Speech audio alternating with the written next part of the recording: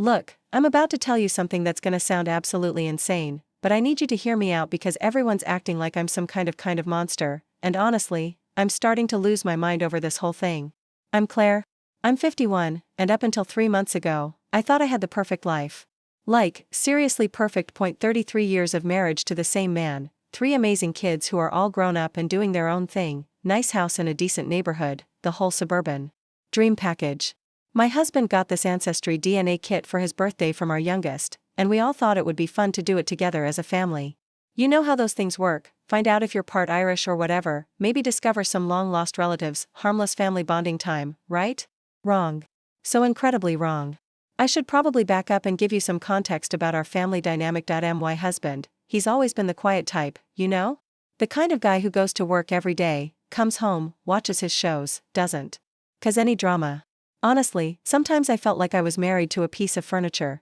Not that I'm complaining, steady is good, right? But between you and me, there were times over the years where I felt like I was doing all the emotional heavy lifting in our relationship, planning every family event, managing our social calendar, making sure we looked good as a couple. He just coasted along while I kept everything running smoothly. Our kids are great though. 2 daughters, 29 and 26, and our son who just turned 22. The girls both live in the city now doing their career thing, and our son's still figuring out what he wants to do with his life. Normal family stuff. They've always been daddy's girls though, which used to annoy me a little, if I'm being honest.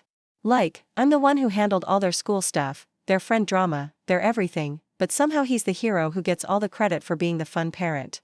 Whatever. That's ancient history now. So anyway, we all did these DNA tests, thinking it would be this cute family project. My husband was especially excited because he never knew his biological father. His mom remarried when he was little, and that's the only dad he ever knew. He thought maybe the test would give him some answers about that side of his family. Sweet, right? God, if we had known what was coming, we would have thrown those stupid kits in the trash. The results took about 6 weeks to come back, and the kids got theirs first. I remember they were all gathered around one of their laptops in our living room, comparing their results and laughing about random percentages of this and that ethnicity. I was in the kitchen making dinner, half listening to their chatter, when everything went quiet, like, dead silent. That's when I knew something was very, very wrong. I walked into the living room, and all 3 of them were staring at the computer screen with these weird expressions on their faces. My stomach started doing flips because I could tell by the way they were looking at each other that they had discovered something they weren't supposed to know. My oldest daughter looked at me with this expression I'd never seen before. Like she was seeing me for the first time and didn't like what she was looking at. That's when she told me the DNA results showed that she and her sister weren't genetically related to their father at all. 0 shared DNA between them and him. Our son matched perfectly. But the girls? Nothing. They might as well have been complete strangers based on those results. I literally felt the floor drop out from under me. Everything started spinning and I couldn't breathe properly. All I could think was that this wasn't supposed to happen. This wasn't how this was supposed to go. We were supposed to find out we were part Scottish or something fun like that, not blow up our entire family with one stupid test that nobody needed to take in the first place. The kids were all staring at me, waiting for some kind of explanation. And I just stood there like an idiot with my mouth hanging open. What was I supposed to say? How do you explain something like that? So I did what any normal person would do. I screamed and ran to my bedroom and locked the door. I know how that sounds, but you have to understand, I was in complete shock. This was supposed to be our little family science experiment, not some kind of episode of a daytime talk show. I needed time to think, to figure out how to handle this situation without destroying everything we'd built together as a family. Because here's the thing nobody seems to understand. I never wanted anyone to get hurt by this, ever. I stayed locked in that bedroom for 2 hours, and let me tell you, those were the longest 2 hours of my entire life. I kept hoping maybe I'd heard wrong, maybe there was some kind of mistake with the test results, maybe this was all just a bad dream I was going to wake up from, but deep down I knew exactly what those results meant, and I knew I was about to have to confess to something I thought I'd never have to talk about again. The whole time I'm sitting on my bed trying not to hyperventilate, I kept thinking about how unfair this whole situation was. Like, why now? Why after all these years of having a perfectly good family and a perfectly good marriage did this have to come out? Nobody was getting hurt by not knowing. The girls love their dad, he loves them, we've been happy. What's the point of destroying all that over something that happened when I was barely 30 years old? But I could hear them all talking in the living room, and I knew there was no way around this. I had to come clean about everything, even though every part of me wanted to just pack a bag and disappear forever rather than face what was coming next. So I finally unlocked the door and walked back out there. All four of them were sitting around the kitchen table looking like they were waiting for a funeral to start. My husband had this expression on his face that I'd never seen before, not angry exactly, but completely blank, like somebody had just told him everything he thought he knew about his life was a lie. Which, to be fair, was pretty much exactly what had just happened. I sat down at the table and took a deep breath. There was no good way to do this, so I just started talking. I told them about Marcus. He used to live 3 houses down from us. Back when we first moved to this neighborhood, nice guy, friendly, the kind of neighbor who'd help you move furniture or jump your car battery if you needed it. He and my husband actually got along really well. They'd hang out in the garage working on projects, watch games together, normal guy stuff. The affair started about 4 years into our marriage. I don't even remember exactly how it began, just that it did. One thing led to another, and before I knew it, we were meeting up whenever we could find time alone. My husband was working long hours back then, trying to establish himself in his career, and I was home with a toddler and feeling pretty isolated and lonely. Marcus was just there, available and interested in paying attention to me in a way that felt good. It went on for 4 years. 4 years of sneaking around, making excuses, living this double life that honestly became almost normal after a while. The girls were both born during that time, and yes, I knew there was a chance they might not be my husband's biological children, but I also knew there was a chance they were. It wasn't like I was keeping track of dates or anything scientific like that. I was just living my life and hoping for the best. The affair ended when Marcus got a job transfer and moved across the country. No dramatic breakup, no big emotional scene, he just left, and that was that. I decided it was a sign that I should focus on my marriage and my family, so that's what I did. I threw myself into being the best wife and mother I could be, and honestly I think I succeeded. We had good years after that, really good years. I never told anyone about any of this, because what would have been the point? Marcus was gone, it was over, and bringing it up would have just hurt people unnecessarily. My husband didn't need to know, the girls didn't need to know, nobody needed to know. Some things are better left buried, But sitting at that kitchen table with all of them staring at me, I had to explain all of this. I had to watch my husband's face change as he realized that 2 of the children he'd raised from birth, 2 of the people he loved most in the world, weren't actually his biological daughters. I had to watch my girls process the fact that the man they'd called dad their entire lives wasn't their real father. The whole time I'm talking, I kept emphasizing how much I loved all of them, how the affair didn't mean anything compared to our family, how I'd chosen to end it and focus on what really mattered. I told them about all the wonderful years we'd had together, all the memories we'd made, all the love we'd shared. None of that was fake or meaningless just because of some biology results. I also made sure to mention that Marcus had died a few years ago, so it wasn't like this was going to complicate things by having him suddenly show up wanting to be involved in the girls' lives. That chapter was completely closed. My husband just sat there the entire time, not saying a word. The girls were crying, our son looked like he was in shock, and I felt like I was talking to a room full of strangers instead of my own family. By the time I finished explaining everything, I was crying too, begging them to understand that this didn't change anything about how much I loved them or how good our life together had been. But looking at their faces, I could tell that as far as they were concerned, everything had already changed. After I finished explaining everything, the silence in that room was deafening. Nobody knew what to say, nobody knew how to react, and honestly, I was starting to get a little frustrated with how everyone was acting like this was the end of the world or something. My husband finally spoke, and his voice sounded different somehow. Flat and cold in a way I'd never heard before. He asked me if I was sure the girls weren't his, and I had to explain that yes, based on the DNA results, I was sure. He asked me how long I'd suspected this might be the case. And I told him the truth, that I'd always known it was a possibility but had hoped it wouldn't matter. That's when he really lost it, not screaming or yelling, which honestly might have been easier to deal with, but this quiet kind of fury that was way more terrifying. He started asking me all these questions about the timeline, about specific dates and events, trying to piece together exactly when everything happened and how long I'd been lying to him, and that's where I think he was being completely unfair, because I wasn't lying exactly. I was just not bringing up something that didn't need to be brought up. There's a difference between actively deceiving someone and just not volunteering information that's going to hurt them unnecessarily. I mean, what was I supposed to do? Sit him down one day and say, hey, just so you know, there's a chance 2 of our kids aren't actually yours biologically, but don't worry about it because I love you and we're happy? That would have been cruel. The girls kept looking back and forth between me and their dad, and I could tell they were trying to process everything. My oldest daughter asked me if I ever planned to tell them the truth, and I explained that I hadn't seen the point in disrupting everyone's happiness over something that happened so long ago. She got this look on her face, like she thought I was being selfish. Which really hurt because everything I did was to protect this family. Our son was just sitting there not saying anything, and I could tell he was feeling weird about being the only one who was definitely his father's biological child. I tried to reassure him that this didn't change anything about how we felt about his sisters, that biology doesn't determine love, but he seemed pretty shaken up by the whole thing. The worst part was watching my husband's reaction though. Kept asking me questions about Marcus, about what our relationship was like, about why I stayed with him for 4 years if it didn't mean anything. I tried to explain that it was complicated, that I was young and confused and going through a difficult time in our marriage, but he wasn't interested in hearing about the context or the circumstances that led to everything. He also kept fixating on the timeline, trying to figure out exactly when each of the girls was conceived and whether there was any chance they could still be his biological children.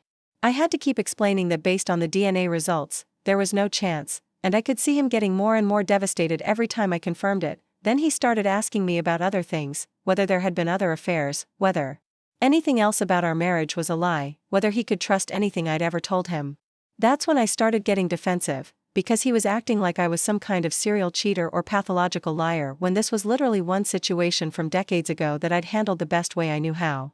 I reminded him about all the good years we'd had together, all the ways I'd been a devoted wife and mother, all the times I'd supported him and put our family first. I told him about how I'd ended the affair on my own because I realized what really mattered to me. I explained that keeping this information private had been about protecting everyone, not about being deceptive or manipulative. But he wasn't hearing any of it. He kept acting like everything good about our marriage was somehow fake now. Like 33 years of building a life together meant nothing because of something that happened in the first few years when we were both still figuring out how to be married. The girls tried to reassure him that he was still their father no matter what, that they loved him, and this didn't change anything about their relationship with him. I was grateful for that because at least someone in the room was being reasonable about the situation. But even their support didn't seem to help him process what he was feeling. By the end of the night, he told me he needed me to leave for a while so he could think, just like that. After 33 years of marriage, I was supposed to pack a bag and go stay somewhere else because he couldn't handle the truth about something that happened before most people even owned cell phones. I asked him how long he needed and he said he didn't know. I asked him if we could talk about this in counseling and he said maybe eventually but not right now. I asked him what I was supposed to tell people about why I was suddenly staying at my sister's house and he said that was my problem to figure out. So that's how I ended up loading a suitcase into my car at 10 o'clock at night, driving across town to my sister's place, trying to explain to her why my husband had kicked me out of my own house over something that happened literally decades ago. The whole situation felt completely surreal and totally unfair. Living at my sister Beth's house has been absolutely miserable and honestly, I'm getting tired of everyone acting like I'm the only one who did anything wrong in this situation. Beth keeps giving me these looks like she's disappointed in me, which is rich coming from someone who's been divorced twice and can't keep a relationship together for more than 2 years, but the worst part is how my husband is handling all of this. I've tried calling him, texting him, showing up at the house to talk and he acts like I'm some kind of stranger he doesn't want to deal with.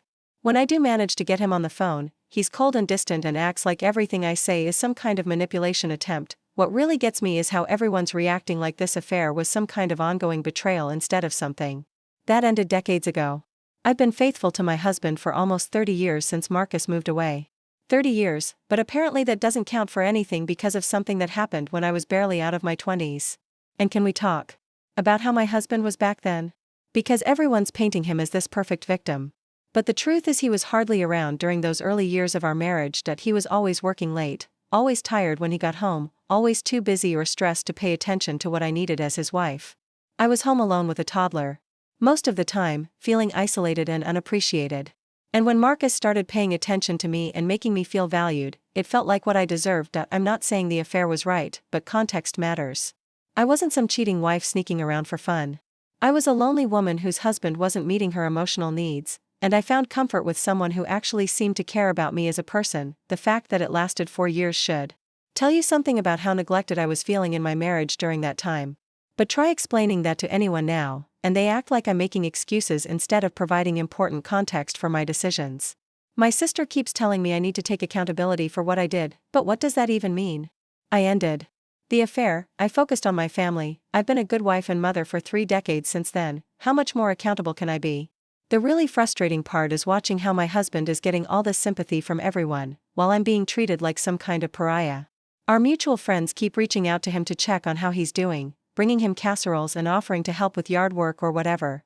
Meanwhile, I'm living in my sister's guest room, being lectured about honesty and commit by people who have no idea what it's like to be in a long-term marriage. He's also been meeting with some therapist, which honestly feels like another way to avoid dealing with our problems together.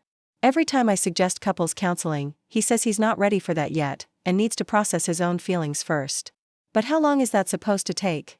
It's been 3 months already, and if anything he seems to be getting more distant instead of working toward forgiveness. I've been trying everything I can think of to fix this situation, but my husband seems determined to stay stuck in his anger instead of moving forward like a mature adult. It's like he's decided that being the victim is more important to him than saving our marriage, and honestly, it's starting to make me wonder if this is really the man I thought I married. Last month I suggested we go to marriage counseling together, and he said he wasn't ready. I offered to write him a letter explaining everything from my perspective so he could read it when he felt prepared to hear it, and he said he didn't want to read anything from me right now.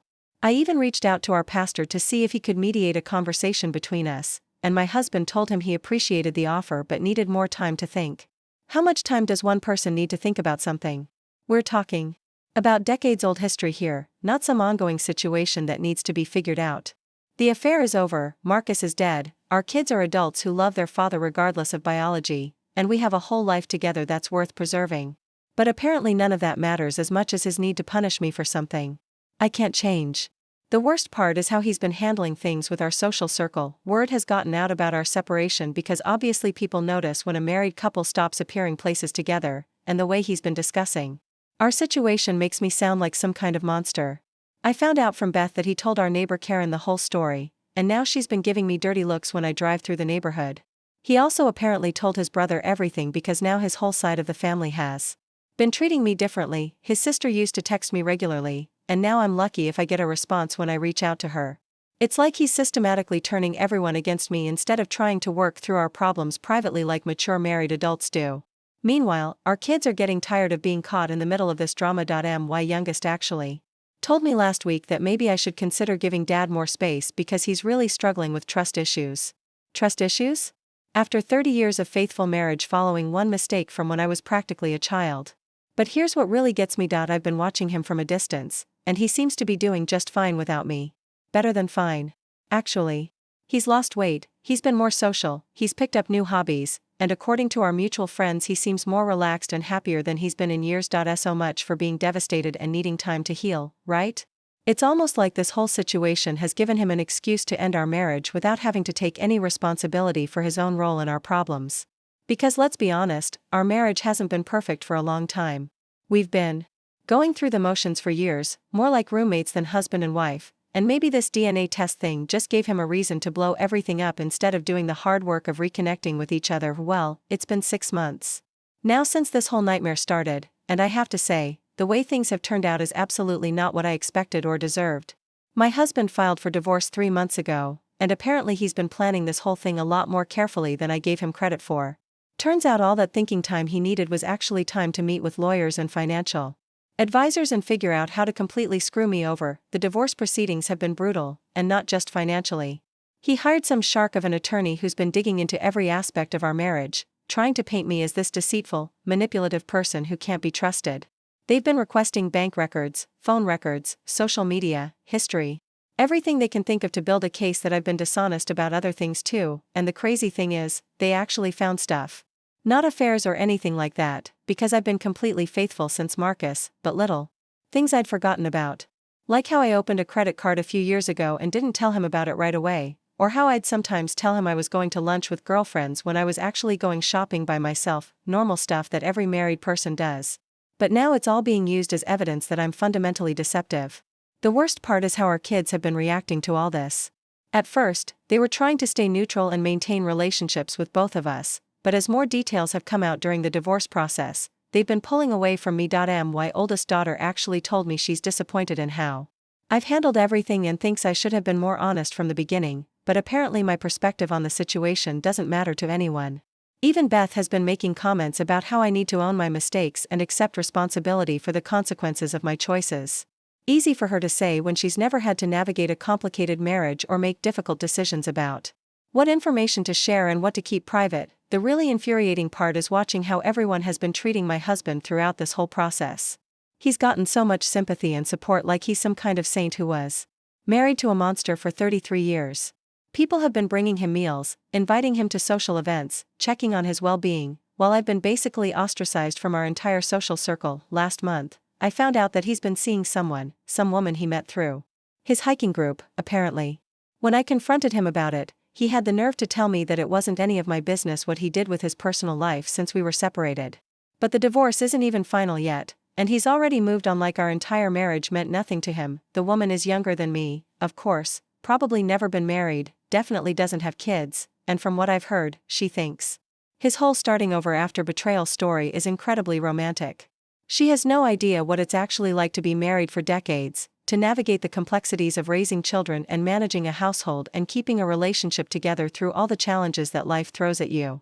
2 weeks ago, I was at the grocery store when I saw them together, him and his new girlfriend, laughing and holding hands like teenagers, looking happier than I'd seen him look in years.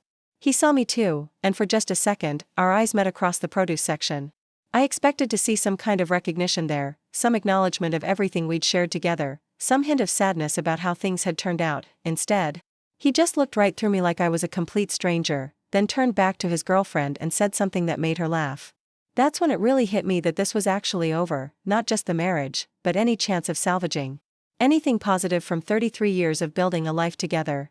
He'd completely written me off, erased me from his story, and moved on like I'd never mattered to him at all, standing there in that grocery store, watching my husband start a new chapter of his life with someone who would never understand what we'd been through together. I realized that maybe I'd been wrong about a lot of things.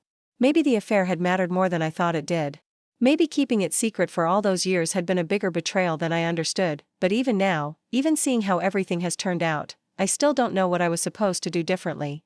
I still think that sometimes, protecting the people you love means keeping painful truths to yourself.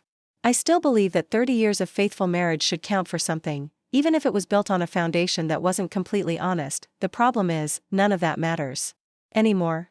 Because while I was trying to protect everyone from the truth, he was falling in love with someone else's version of honesty, and now I'm the one who has to live with the consequences of choices I made when I was too young to understand what they would cost me decades later.